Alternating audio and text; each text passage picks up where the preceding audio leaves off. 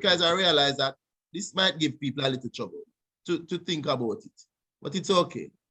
So the question says we want to find g of x minus 2 in its simplest form.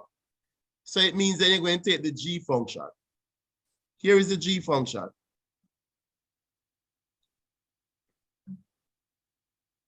So if I'm going to do g of x minus 2, it means that x minus 2 will go where x is. Yeah. I'll square it. Square it. Then you take a 1. X minus 2 times x minus 2. So most of us are used to seeing this. It's up to you, you know. You can go quicker. There are other ways to go quicker. So you'll end up with x squared minus 2x minus 2x plus 4. So this is x squared minus 4x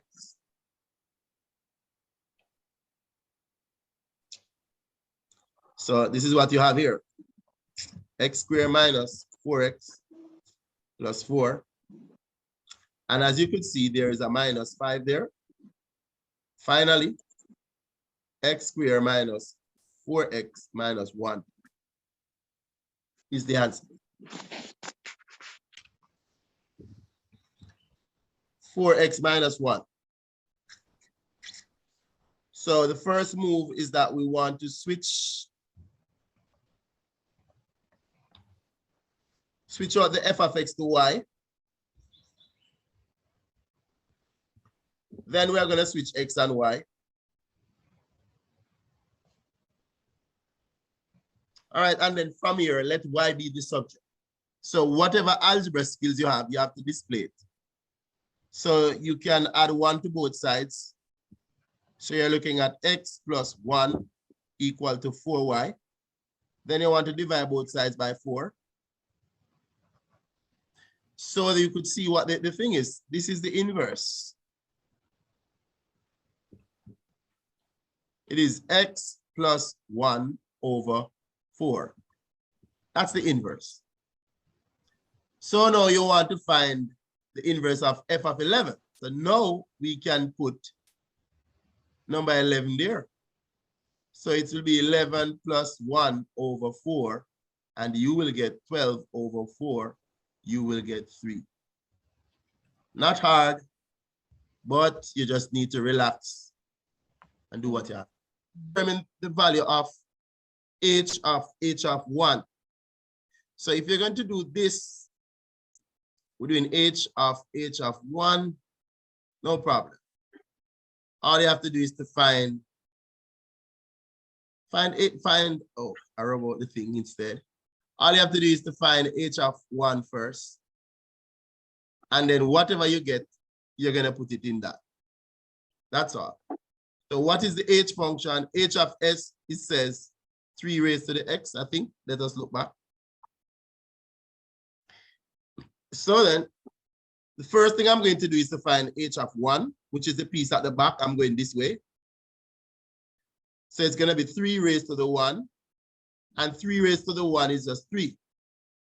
So h of 1 is just 3. Then it's like I'm going to take the 3 and move it forward into the next function. So now, finally, I am doing h of 3, because the response I got from h of 1 is now placed in the other function. And it is just 3 raised to the 3, which means 3 times 3 times 3, which is 27. So you want to finalize and say h of 1 is 27. Composite function, there's a number in it. Start working from back. I won't say back, from right to left. Get the numbers and come forward.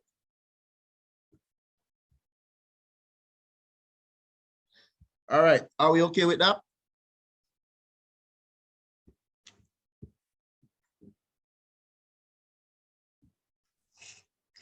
Sir, can you go up to the first one so I can Scan it This is down. the first one. What do you mean? This are The first question, right? Let me just take the picture of it and then I'll let you go. Okay, I can go down. all right. So the next question here says the function f is defined as, so they have this. F of x is equal to x squared minus x minus 2. Complete the table below and plot the graph for the function. Right, 8, 9, 10. Yeah. So it says f of x is equal to x squared minus x, which is the same thing here. This is it still. So what we're going to do is to substitute number 2 in here and there, find out what we get.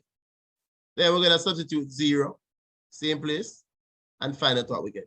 And the table would be completed.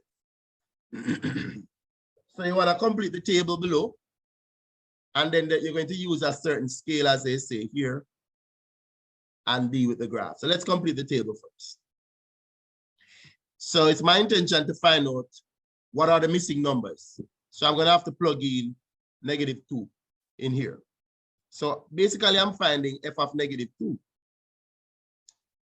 -2 square minus open bracket -2 minus 2. Guys, be careful. -2 goes where x is. Everything else has to be written back. Whether there was a negative out there, please don't mix it up. So here, this part becomes +4. This part becomes +2. This part becomes -2. So you're actually looking at 4. This is 4. Be careful that you don't think it is -4. Watch your numbers. Then now I'm going to do f of 0. So you're talking of 0 square minus 0 minus 2. So when you do this, you'll get -2. So there is the completed table. Now they are saying when you complete the table, use a scale of 2 centimeters to represent 1 unit on both axes. So let us roll up our axis. Let me minimize. So based on what they say, 2 centimeters to represent 1. So 1 after 2 centimeters. Remember, this is 1, 2 centimeters. Each one of these bright lines represent 1 centimeter apart. All right.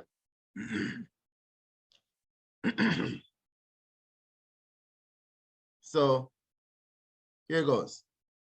So what we're going to do now, as soon as you have labeled your x and your y axis with the scale that they ask you to, you're going to go from the table and plot all of those, all of them, right? 2 plot with 4. -2 with 4 is up here for me. -1 with a 0 is right here. 0 with -2 is right here.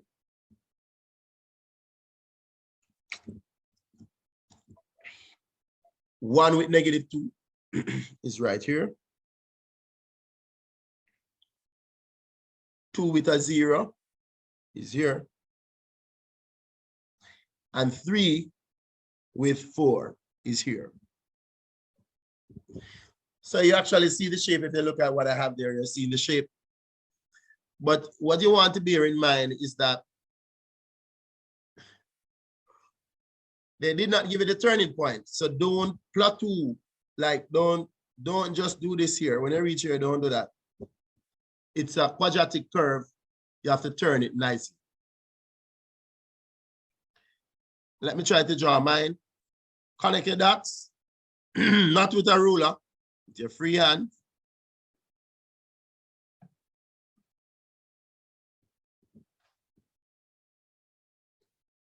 I know it's gonna turn back here, so you do a turning. And you go up. like that.